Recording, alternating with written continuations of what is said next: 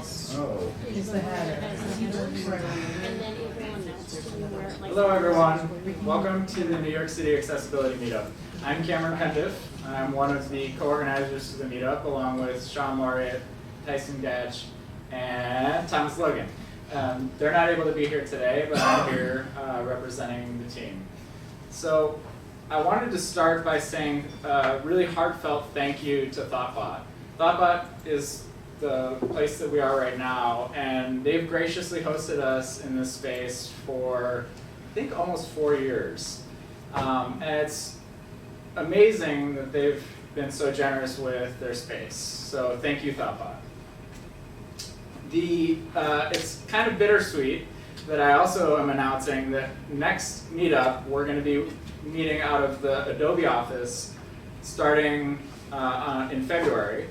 And that's at 105th Avenue, and ongoing from then on will be at the Adobe office. So it's, like I said, a bittersweet announcement, but they're going to be able to accommodate more of us in 2020, which is a goal for our meetup this year, is to have more of you come every month. Now, I also wanted to say thank you to Level Access, whose sponsorship has been ongoing, and Adobe, who has also been gracious with their donations to the event. So thank you, Adobe, and thank you, Level Access.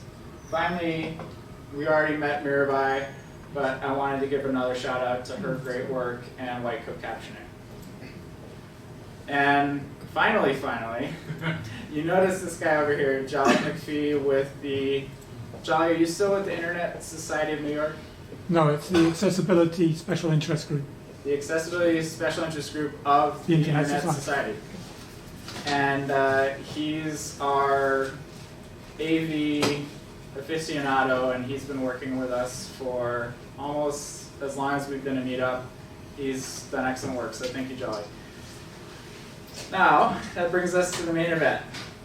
Zarina Mustafa, with me here, is accessibility lead and our front-end developer at Columbia CTL. And she's going to talk to you today about higher ed accessibility. Thank you, Zarina. Please join me in welcoming her.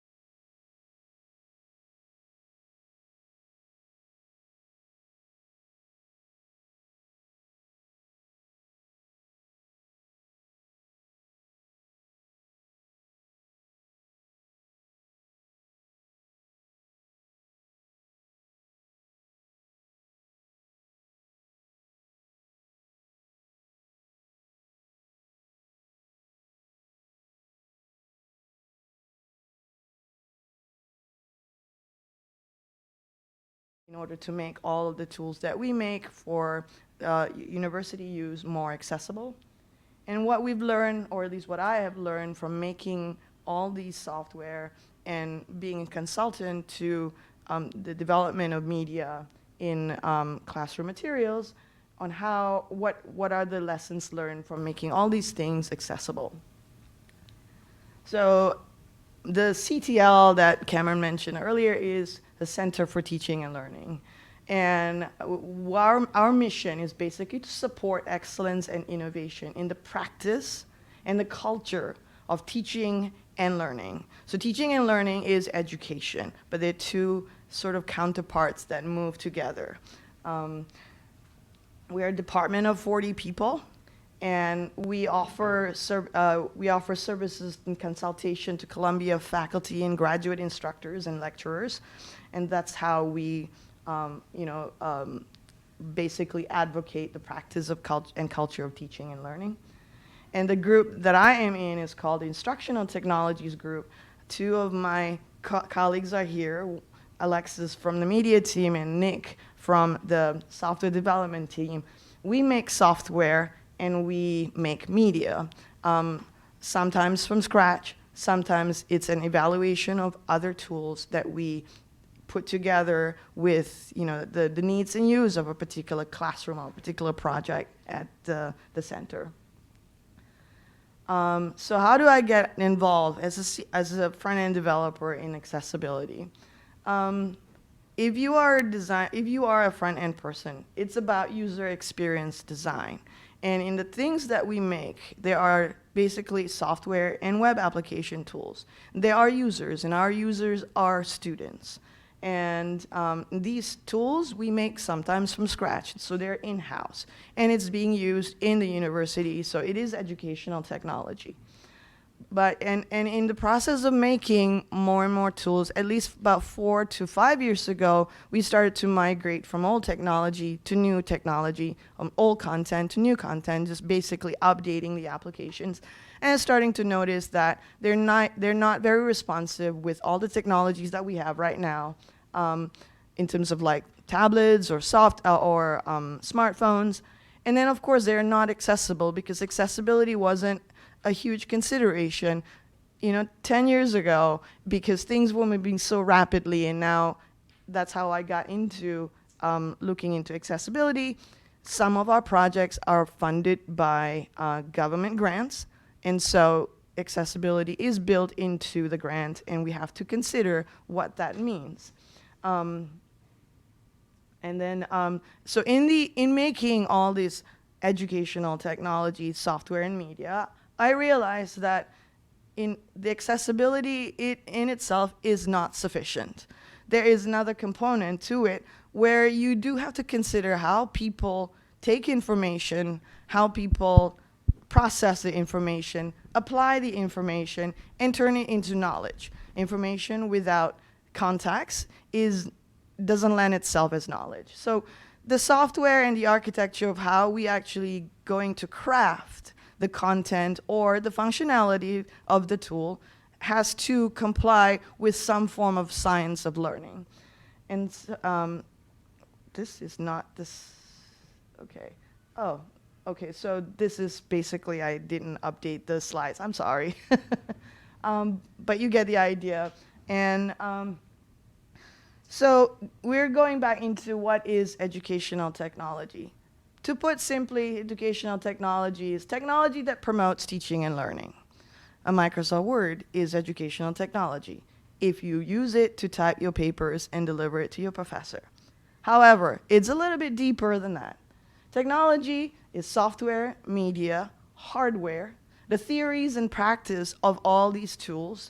How effective is it? How does it interfere? How do people use it? How do people process the information through all this technology? How do we integrate all this technology into the curriculum, into the syllable, into the classroom, into the wider university system? And how does that facilitate? How does that advance? How does that improve teaching and learning?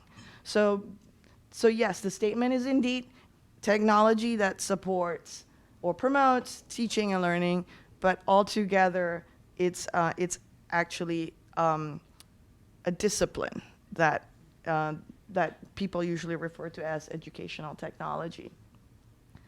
So the context of higher ed, in my talk here tonight, Higher ed, I mean, based on the definition by the National Center for Education Statistics, is post-secondary. It's after graduation from high school. So it starts usually with a bachelor's degree and beyond, master's degree, et cetera, et cetera.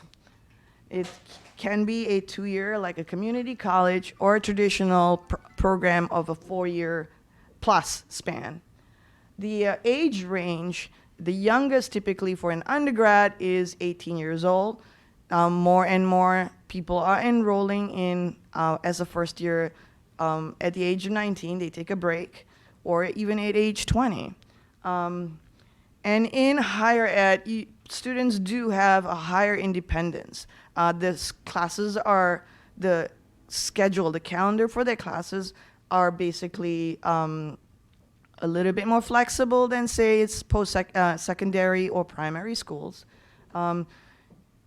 They have to manage their own time, they have to manage their own expectation, and they have to manage their own discipline. So it's a lot of work to become a college student. And by the way, this is a definition of higher ed in the United States. It's a little different in other places. So I don't think the principle is terribly different, but here, there's some differences. So let's take a look at the youngest enrollment as a freshman or as a first-year student who is enrolled in fall of 2019, okay? This person is born in 2001, and Wikipedia was introduced in 2001. So you want to feel old? This is the session. I'm going to make you feel old. Facebook became public in 2004, and then 2 years later, Twitter became noisy. And then when the kid is 6 years old, Steve Jobs walked on stage and introduced the iPhone. And then a year later, Android followed suit by introducing other smartphones.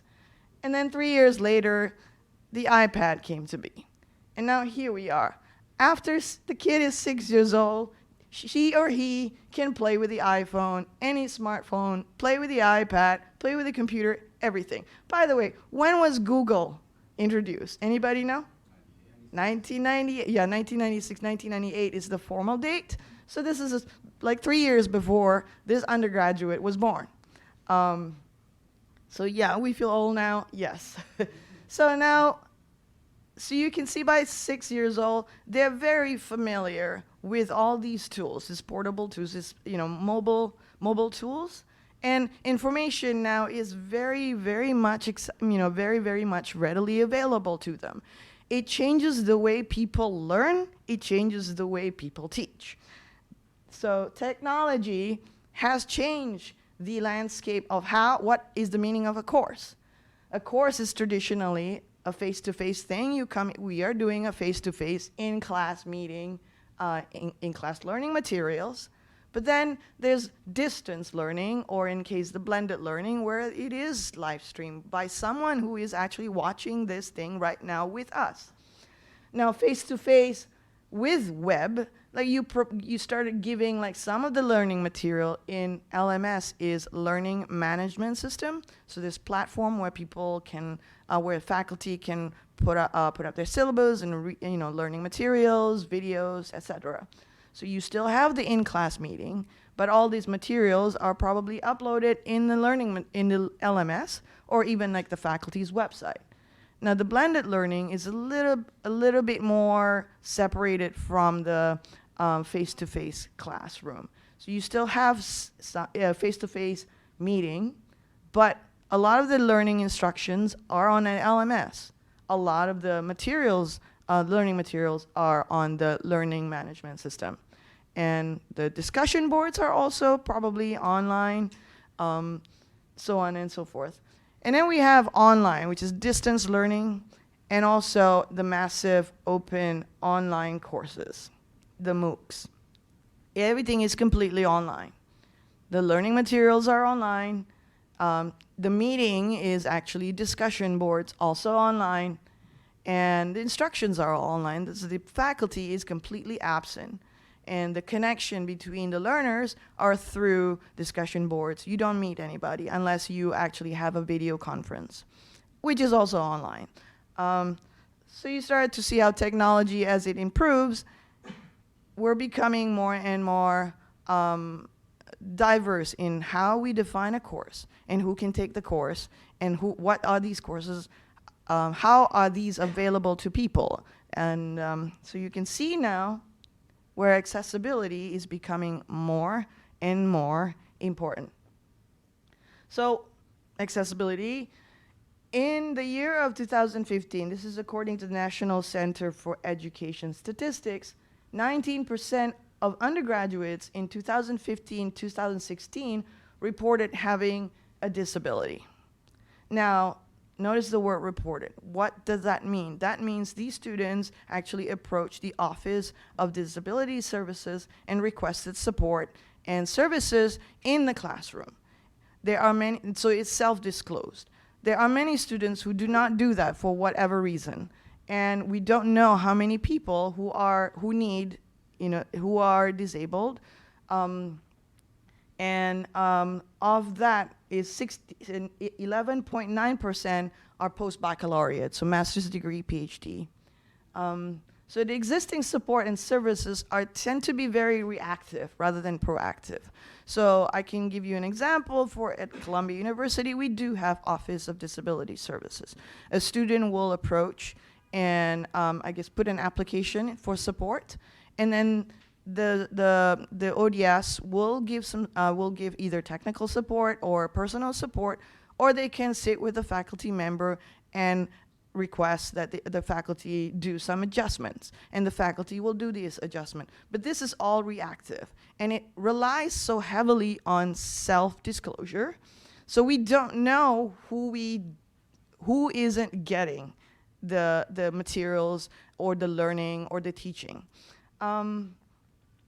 So what are we doing here?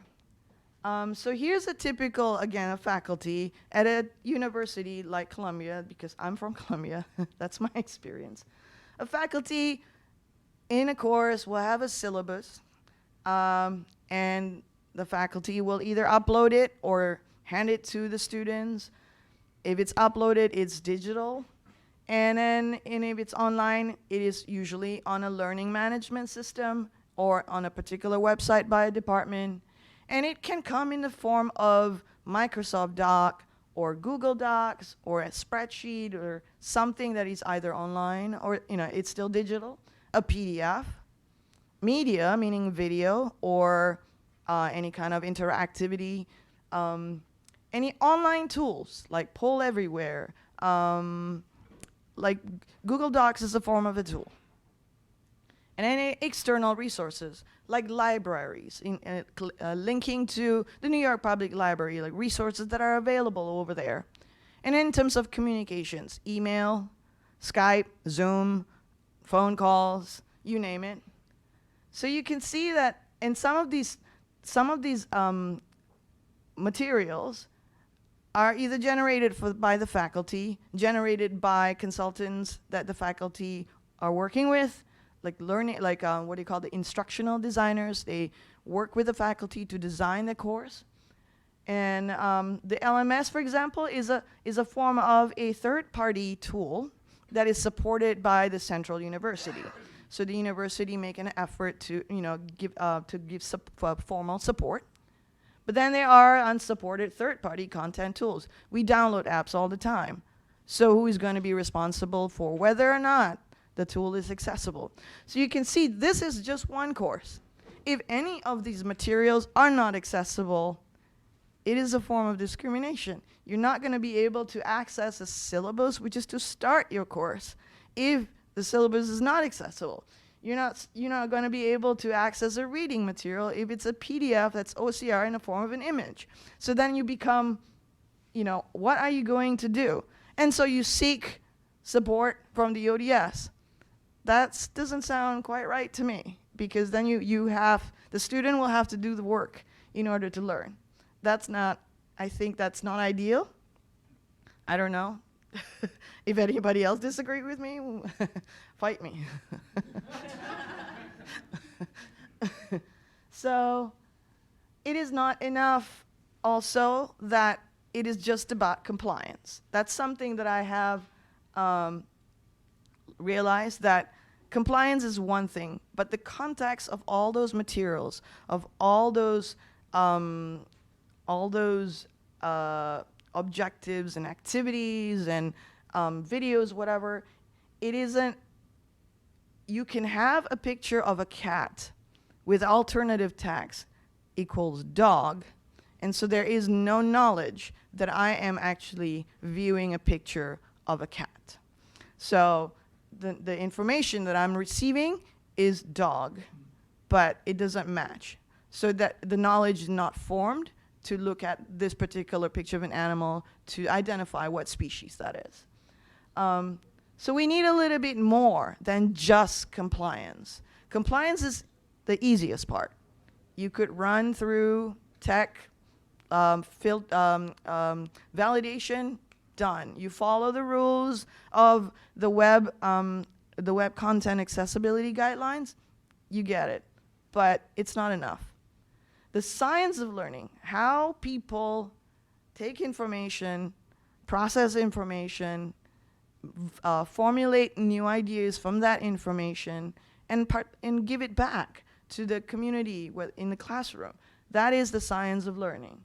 How do people use technology to access that science, to access the information, so for that science of learning to happen? Plus compliance is what I call accessibility experience. If anyone remember, if anybody had attended a talk by, I think it was the person from the museum, I think her name is, I'm blanking out. But it is, Oriella Flory. She created accessible experience as an alternative form to art, but it's actually exploring the art. So it's not just compliance. It's not saying that this is an image of Van Gogh, but it is an experience of the painting by Van Gogh, the different strokes that he used in his painting. So that is an experience that we have to create in order to make things not just compliant, but actually useful and learnable. Are there any framework that will help us with this? Anybody know? So I got my WCAG thing, and then now what? It's a science of learning. It's what we call the universal design for learning. In October of last year, Professor Regina Gilbert gave a talk about universal design, which is a concept that was coined by Ronald Mays, an architect, to describe the concept of designing products, buildings, environments to be usable and accessible to all people. And so Professor Gilbert took those principles, the 7 principles of UDL, and apply it to web design. So how do you design a site or any kind of product with UD, universal design? But universal design for learning is actually universal design plus the science of learning, and is developed by the Center for Applied Special Technology, CAST. That's the acronym. It was developed in the 90s, and that's the website if anybody would like to look at it later on after the talk. So it's basically the 3 principles in UDL. One is about engagement, the student engagement to the particular learning material or the classroom. Representation, how are these materials being presented? How many different ways are they being presented? What kind of language is being used? Are there any kind of cues in order to translate certain things that are not translatable? And then there's the action of an expression. How do you take all these knowledge and formulate them and putting it back into, what we understand as learning, and then contribute back to the classroom? So this is great, and this is wonderful. This is learning about how people learn. Now, how does that apply to accessibility? So accessibility principle by the web content accessibility guidelines, or the Web Accessibility Initiative group, there are 4 principles to accessibility. One, that either the material or the tool has to be perceivable, they have to be operable, understandable, and robust in any platform. Assistive technology, tablet, smartphones, laptop, screen readers, everything. So these things do relate to these 3 things. So let me take, for example, perceivable. One of the WCAG guideline is that every video has to have a caption. And so we have a caption here. And that is a form of representation of the material that I'm handing to you. So this is what I'm giving, and this is what we're listening to, and this is what we're looking at in different modality. Now we look at operable in terms of like, how do you operate a website? What is the navigation? Is there a wayfinder? Is there a way for me to get to, can I navigate through the website or the tool using keyboard? How does that work with screen readers? Different kinds of screen readers. That is a form of action and expression. How do I get to my content? How do I get to my discussion board? How do I access the text box that is at the bottom of the page in order for me to write my thoughts? And that is they are very comparable. And so we see that and understandable, of course, the engagement. How do you get the students to engage with the content of your course? How do we minimize distraction? How do we make things readable? How do we make things legible? Is 14 point okay? 18 point better?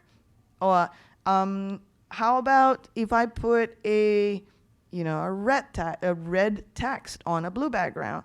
Would it work for people with color blindness? What if I use, for example, a symbol in my course, red as danger, green as okay, and yellow somewhere in between? If I put that, do you think that will be a problem? Right, because it's color blindness. So then they are comparable in terms of like where we put accessibility in UDL. Even better is UDL, if you do it right and well, accessibility will be there. So it reduces the barrier to access the learning materials or just education in general. So let's see. So I'm going to give you a few examples on how we apply these principles in the work that we do at the Center for Teaching and Learning at Columbia University. I don't see the mouse here. So attaining higher ed is actually a massive open online course on the EdX platform. It is a course designed for people, student learners who are in active duty or who are veterans who want to get back into higher ed. The course teaches, guides the learner on how to find information on what universities are more supportive of veterans and where do they get support, what universities are close to them, what kind of services that are available to them, how to apply, financial aid, etc., etc. So that is the course. And the companion side is, so it is not an undergraduate course, it is a little bit more open to the world. But the principles that we use in order to build this particular site can be applied to a lot of the educational technologies that we built for undergrads. So the principles are the same, the solutions are different, but we learn from each project and we apply across projects. So here is the map. This is the companion site to the MOOC. So I'm going to go to the map. So I'm going to search. Maps are tricky because maps are visual. It gives you a position in relative to another position. And in this case, you can see it's a map, it's a visual representation of data.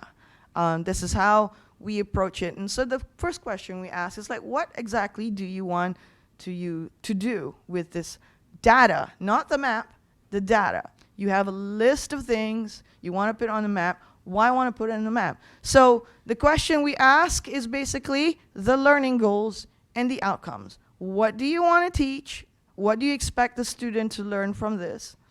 And from there, we work together with the instructional designers, the faculty member who is in charge of the course, the developer who is actually building the backend, and the front-end developer or the front-end designer to actually design on how it should look.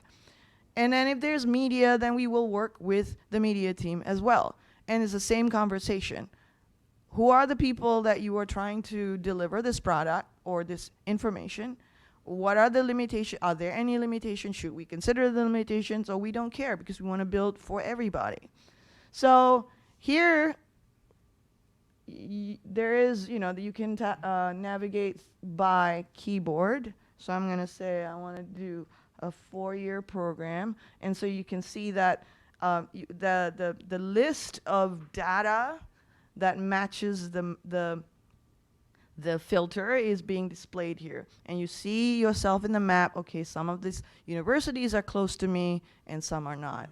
So, but this is, again, is a visual representation. I mean, a screen reader reads it fine, but the screen reader will not read the map fine. So what do?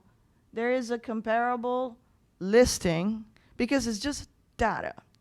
And so it's the same search interface, it's the same filter interface that will narrow down the data, but we listed it rather than actually having it positioned on the map. And this is printable, downloadable, which is great because people can carry it with them. And the other thing is also responsive. If I could shrink this. Bear with me, I can't see. So it's responsive. So a lot of people probably don't want to use this on the laptop. They may not have a laptop readily available. They might just want to search it on the web. I mean, on their smartphones. And we make sure that that happens too. And this is, we do the checking with the DQ's X, which is a plugin for accessibility checker. And we feed it back to the faculty and say, okay, is this all right? Is this something that you think that your students will benefit from? So it's a back and forth discussion between the developer, designer, and faculty. We all sit in a room, we talk about it. And that's usually the best way to conduct any kind of development of software products. So that's the Attaining Higher Ed. Now, this one here is Project OCO. OCO stands for Oral Health Care in the Opioids Academic. This is developed for the dental school, which is a graduate school up in the Columbia Medical School.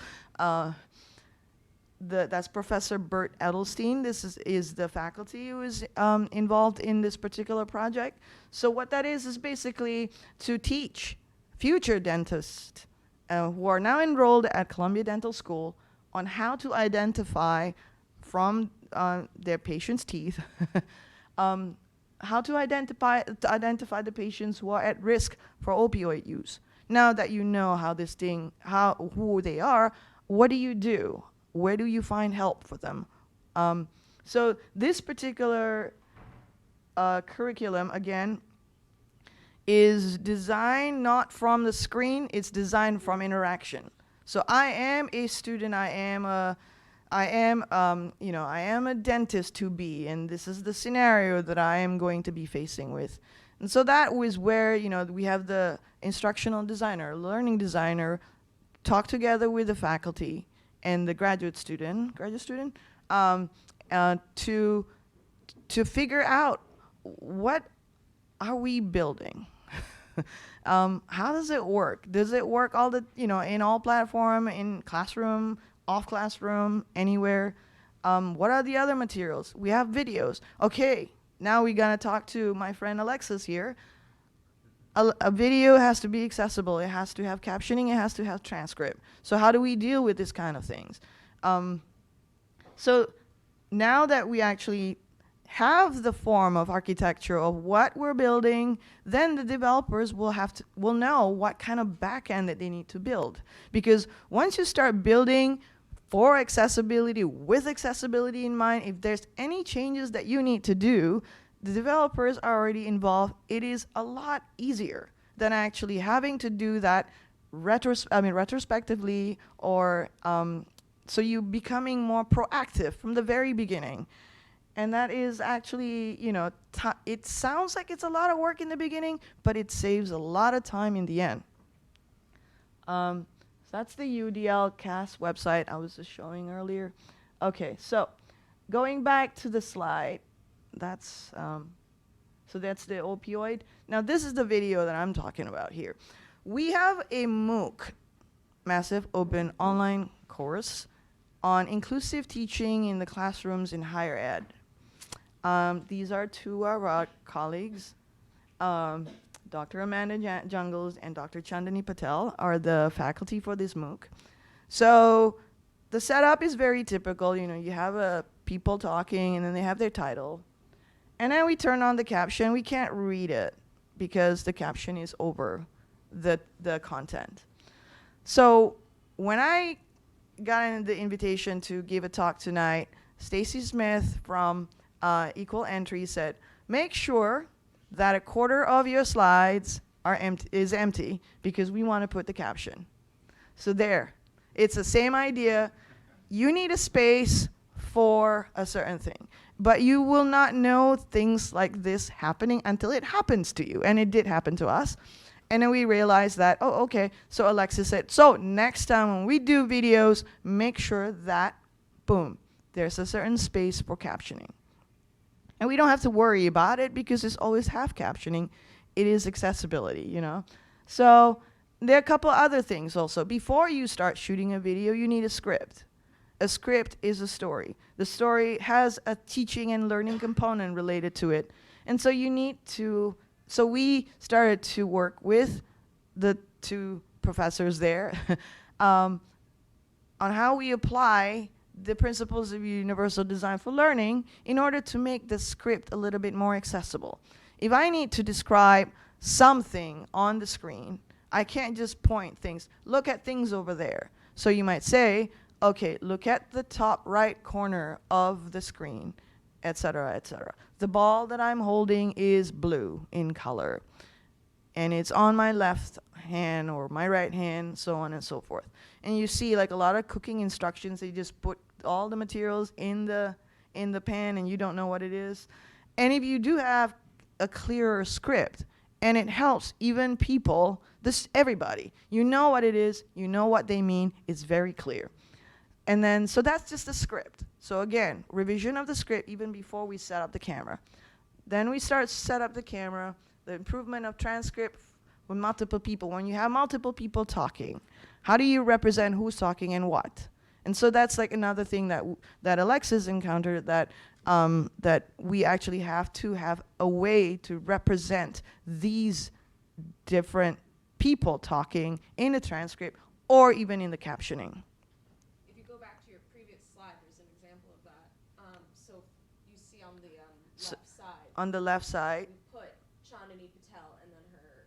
Right. Okay. So the person who's talking, Dr. Chandani Patel, is talking right now, and so the cue is right there that she is talking. She's beginning to talk, as opposed to, like, you know, when it switches back to Dr. Jungles, then you see, you know, the captioning changes. So that's something that we need to start thinking about when we're doing captioning and we're doing transcript. So in the considerations, the purpose of B-roll and animation is similar to any images or any kind of external material that you want to put on your website. If it is an image, does it serve a purpose? If it is a B-roll that just shows a picture of New York, does it have a purpose? Or do you really want to say, it's in New York? Then you have to say it out loud, it's in New York. So those are like 3 examples that we've developed, that I would like to show to you tonight, that we've developed by applying the principles of accessibility and universal design for learning. So the lessons that I have learned from the years that I have been working on these tools is that accessibility experience, and I'm going to use it very deliberately right now instead of compliance, because it means compliance and learner experience, the processing of information, the understanding of information, the access to information, they do take time.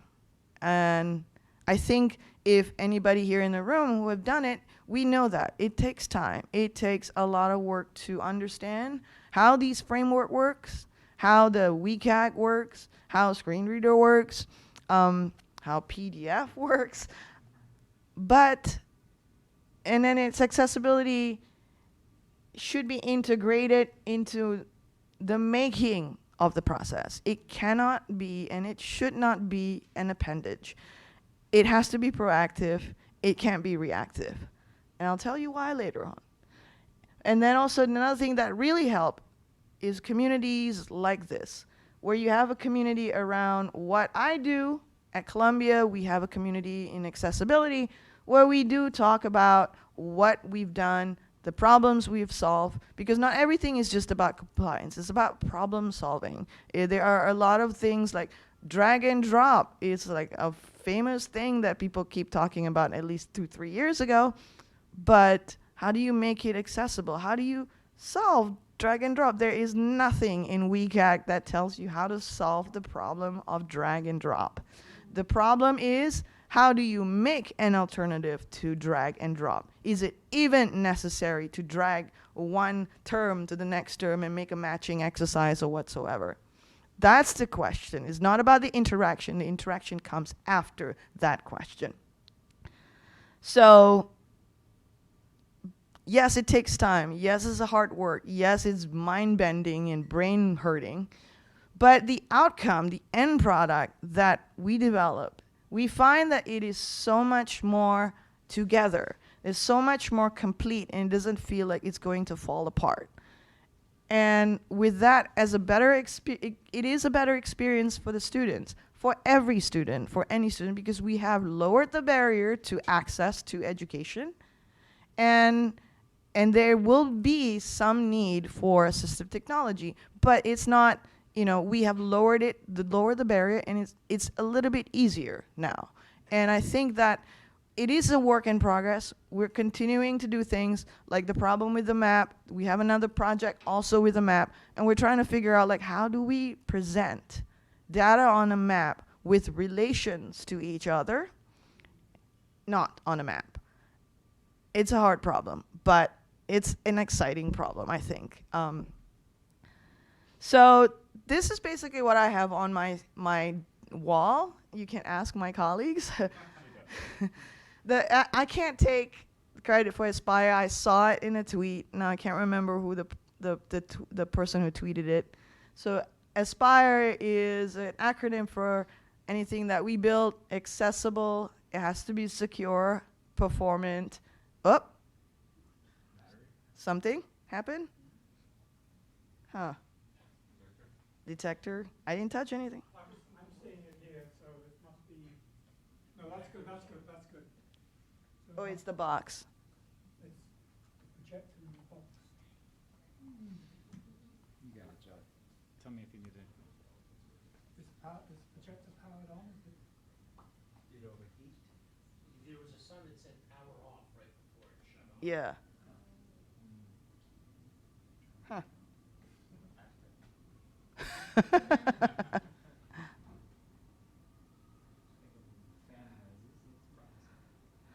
That's okay, I can talk. Well, we have the captions. Give us a second. 'Cause Oh, the captions, right. Are you still able to see it yourself? I mean, I can see it over here. But you can, You can just probably continue and just. no, that, do we have the captions on the video for later? I'm getting the captions on the video. Okay. so the live stream won't be able to look at the caption, right? No, the live stream, I'm seeing it. I'm seeing your computer. It's just the projector. Okay, so, Yeah, if everyone's comfortable without captioning, then. okay, it's just one slide left. Yeah. I mean, there are other resources slide, and we'll make it available in the Meetup website, for later. So the Aspire is accessible, secure, performant, inclusive, responsive, and ethical. That's that last part I think is the most important. SynPOR is the WCAG principles. It's perceivable, operable, understandable, and robust. So I have this on my walls as I aspire to make poor choices,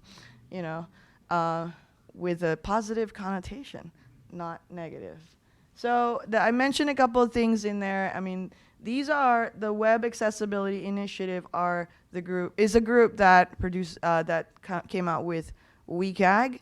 And does anyone here not know what WCAG is? Everybody knows? The WCAG? Okay, good. So the universal design is from the source itself, which is cast.org, udlguidelines.cast.org. And DoIT, which is a site of resources by the University of Washington, is a very good site because it gathers information and resources, particularly for the purpose and use of higher ed. Not that you can't use it for not higher ed, but it's a different set of culture that we need to address quite specifically. Thank you. If there are any questions.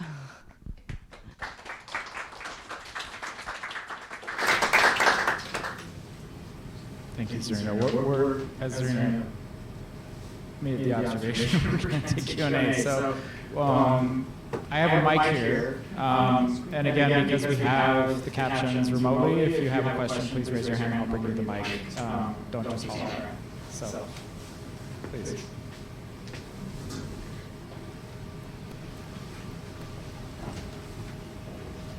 Hi, thank you so much. I had a question. So you showed how you improved the video that had the lower third too low, and on the right was the corrected version. Mm-hmm. Can you think of any other examples like this? So something that you learned from an experience that happened and had to be improved later. Sure, definitely. I'm going to refer that to my colleague here, Alexis, because she is the person who has the experience in terms of accessibility in video. Thanks, Serena. Great job. Your talk was awesome. I learned a lot. Is your question in reference specifically to video, or generally? Okay. So I come from a video background, so I'll answer in that context, and maybe if Zarina might do a development context. So I would also say that this one on the right is not actually, one of the things we learned is the one on the right is what is called open captions, or burned in captions, burned in during post. The ones on the left, the captions on the left, are called closed captions. And that's what you get when you maybe submit to a professional captioning service, like at Columbia we use rev.com, but there are a lot of other different services out there that have benefits, disadvantages. The difference between those two things that we learned from doing this MOOC experience is that closed captions, they provide you with a transcript that you can then make downloadable. We use the platform edX and Coursera to host a lot of our MOOCs, and those platforms allow you to have closed captioning, which is the captioning that shows up, and a downloadable transcript. But we ran into the issue of, well, what if we're promoting on Twitter or on Instagram or things like that? They don't have those available yet. So what we started doing is when we wanted to put something on Twitter, we decided we were going to put in burned-in captions.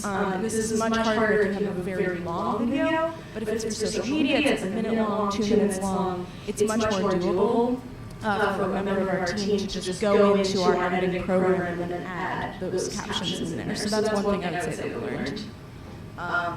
Does that answer your question? I'm not sure. Yeah, okay. For example, Yes. and can I repeat? So you said that you would use the open captions for social media. Okay, so not in the so the burned-in captions were only for the social media stuff. Twitter. Yeah, I could unpack it a little more. Thanks. Yeah, let me unpack it just a little bit more in case, you know, I jargon about it all the time. So basically the difference between something being burned in, right, it would be it's not fully accessible. Let's just say that. It's not fully accessible if it's burned in. This is our way of making it a little bit more accessible to somebody. Because if you're on Twitter, right, and you're looking, you still have to be able to see it. There's not any sort of text that a computer can read or that a screen reader would be able to read. And so we chose to try to make the best out of a situation that I think these large companies like Twitter are going to get on the accessibility train pretty quickly, as quick as they can. Hopefully, that's what we really hope.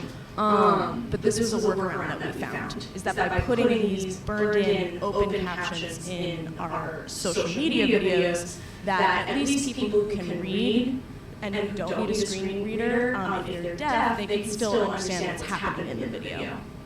By the captioning and transcription, according to the WCAG 2.1, if you have one or the other, then the video is considered not accessible. You kind of need to have both. And it is a big issue. In 2015, EdTech, MIT and Harvard faced a class action lawsuit filed by the National Association of the Deaf, and because their captioning, and there were no transcript at that time, the captioning was inaccurate or unintelligible, and edX settled for that, and so the edX platform has improved dramatically. But there is another lawsuit also for Harvard, by also the National Association of the Deaf, is that the content of all the videos that they have produced do not have captioning. Same issue. And in November of last year, they settled. Harvard settled. And so in March of, May last year also, Harvard put out a very comprehensive and very good, actually, digital accessibility policy for the university in terms of their content and anything that the university produced. So, lawsuits are really terrible, but they're kind of great at the same time. But, accessibility should not be, I personally, I think that accessibility should not be associated with punitive measure. Accessibility should be about empathy and facility and not fear and liability. If we keep talking about lawsuits in order to frame accessibility, we're going to have resistance. It is for everyone. It is for everyone. There's no harm in doing it. It's just a little bit more work, but it's okay. I'll follow up on that with, last year in July I did the partnership for Progress in the Digital Divide conference at George Washington University, and because of the lawsuit, they said you can't live stream this unless you have, captions. And then we went through a whole thing of we had to find out what level of captions were actually acceptable that we would be permitted. And nobody seemed to know where you drew the line, how accurate the captions had to be. It was something that was, in the end everybody sort of went away, and we, unfortunately Google coughed up the money so that we were able to live caption the whole thing. But just coming back to your point about burnt-in captions, with this meetup, we burn in the captions on the live stream, and then we make a transcript and put it afterwards, and we were uploading that transcript to YouTube, and YouTube would sync it. So then what you'd have is, on YouTube, when you went back to watch it, you'd have two sets of captions where you'd have one set of captions overlaying the other, which was not good. So only since the last two meetups I've changed, so I now make a recording without the captions, and then upload that to YouTube, and then upload the transcript so that YouTube has closed captions afterwards. And you want to have those closed captions because people can configure those captions how they like. They can make them big, whatever is readable as they like. They can auto-translate them into other languages. So that's a thing. But the live closed captions is a difficult thing to achieve. YouTube does do it a little bit now, but that's not so easy to get.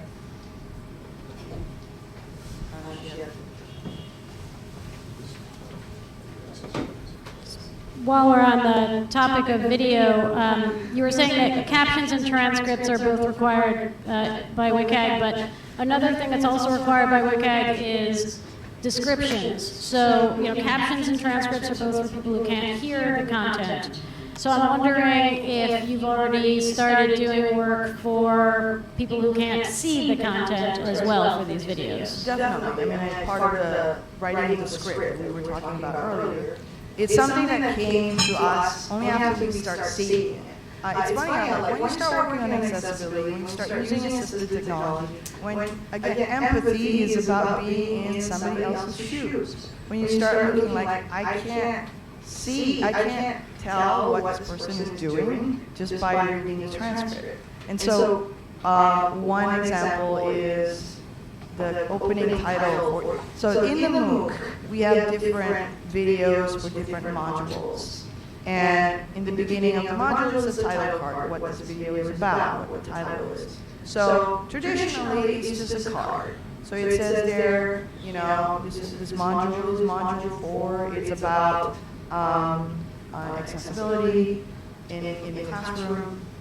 But if you don't have an access to that visual, you don't know what this module is about. So the solution that came out after doing that whole reel is to come back and actually have someone read Module 4, accessibility. So that's like a very small example. But we realized that it is important to actually have it there. And we started looking into like when there are graphics and in there, the graphics of glossary or so a glossary is just a bunch of text, it's an image, but then the professor who's being interviewed is talking over it. So how do we do this? And then we ended up making decisions saying that the professor is actually explaining that particular term. So there is no need to describe what is being written on the card. So it is a case by case as we go along, and we are aware that there are situations like that, and we're becoming more and more aware every time we start making new videos and new MOOCs and new tool, new promotional video or et cetera, for any kind of the platform that we're using in classroom or social media.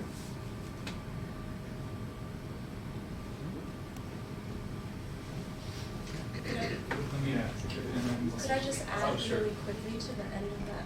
I just wanted to add really quickly to the end of that, because we also had to your question, ma'am, we had a talk the other day too with the head of one of our bosses about sometimes, right, if you have a lot of videos, it's hard to pinpoint what the titles are going to be because the faculty might not be able to make up their mind right away, and so it really messes with the workflow. And so one accessible workaround that we came up with is you can go in, usually what the captions are output as is either an SRT file or a VTT file, and you can go in and edit those. And so it does take it takes like time to go and voice record every title. But by doing that and uploading your video for captioning, then it will automatically, as Zarina said, make that description. It'll be the title. So at the very least, they'll know that they're in Module 4, Section 2,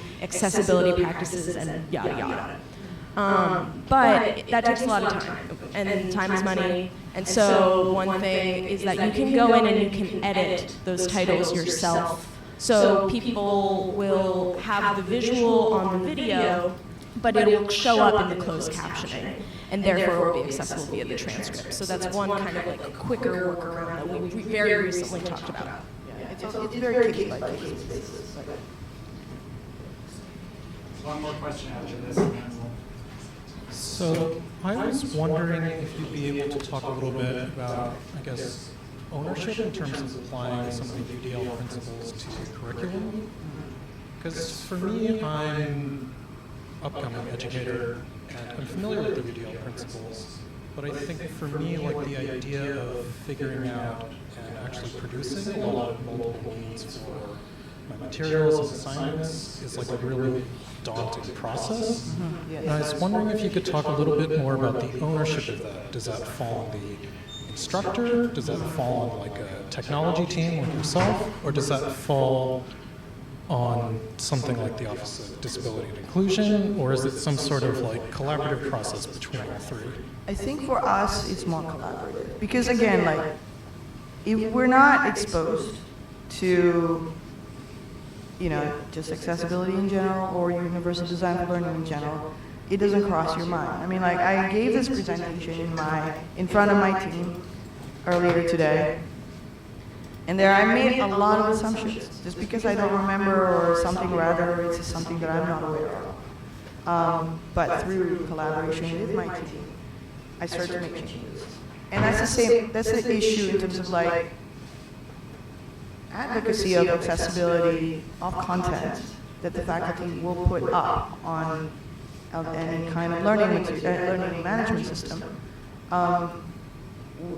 We need to start introducing this concept, so making it accessible or making it more clear. But UDL doesn't talk about accessibility, because I know when people mention accessibility and everybody's like, that's another thing that we have to worry about.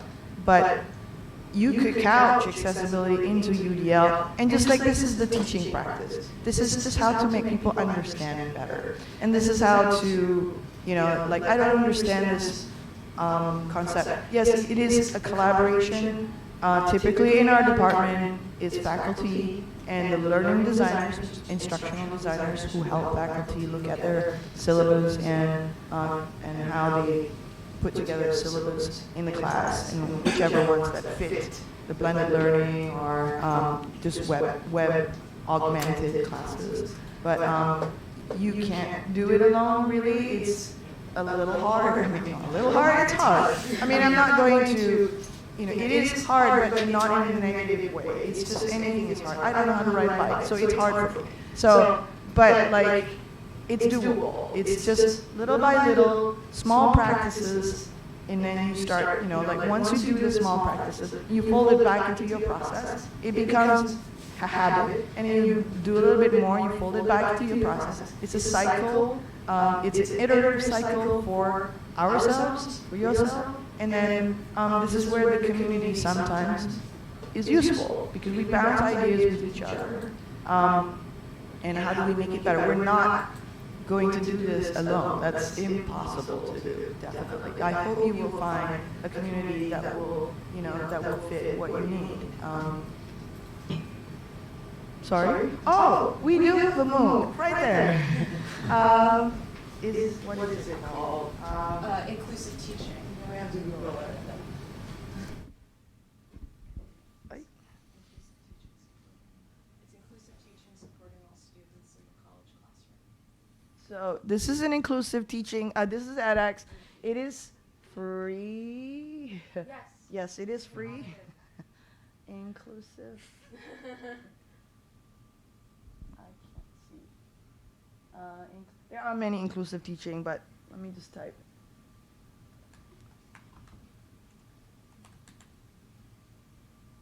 There it is.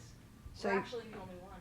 So if you type, if you go to edX.org, yes, edX.org, and you search for inclusive teaching, and that is the course that talks about, well, there are many other things about inclusive teaching, but one of them is, like, UDL is a module 4, but there are other parts in this course that are not UDL, that it's actually part of UDL. You just don't know it. It's just broken down and being analyzed differently.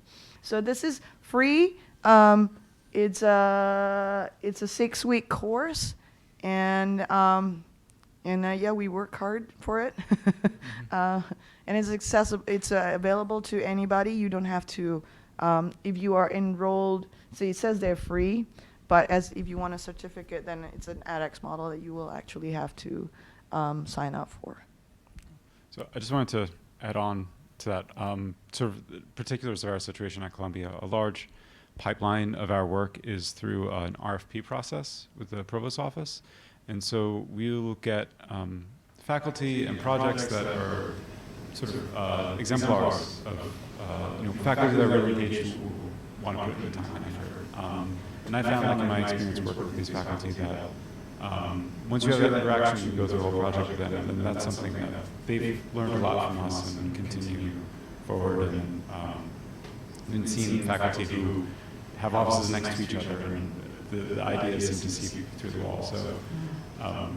So yeah, Columbia's a big place, but we found that in these incremental steps we can start making change. One last question. This is a quick question. You mentioned something called DQX. It's accessible plugin. Yes, definitely. So the company, well, DEQUE, that's the company. So I tweeted them, I asked them, how do you pronounce your company's name? Is it DEC or DEEK? And he said it's DQ, like Dairy Queen.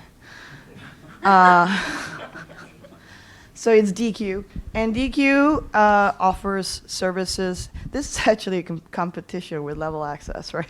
It's okay. It's all good. And they, DQ is, let's see, good grief, no mouse.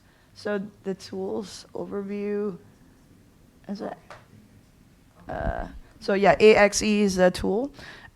X is also the engine behind Lighthouse, which is the tool that Google use to check the compliance of your website. It's a Lighthouse gives out like a report. Lighthouse uses, I think it's still using DQX, and then Microsoft Accessibility also uses DQ's X. And as there's a lot of if you are a developer, there's a lot of module that has been written in GitHub about integration of accessibility checking. When you're doing your development, continuous integration, it checks as you push, which is great because I don't have to do it, line by line. Okay. Well, I wanted to just highlight your last note on community and collaboration. I think this is an excellent example of people with amazing expertise and experience contributing back to the community. So I wanted to say thank you again to Zarina and her colleagues. So thank you so much.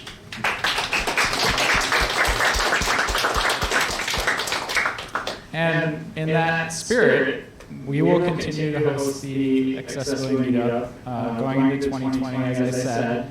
We will be hosting at Adobe, the Union Square office at 105th Avenue. So keep your eyes peeled on the Meetup group for announcements around that, and I look forward to seeing you all in February. You're welcome to hang out here, talk, introduce yourselves. Zarina, I don't know if you have a little bit of time. Yeah. So Zarina will be here. If you have any follow-up questions, find me if you have any questions about the meetup. And thanks again.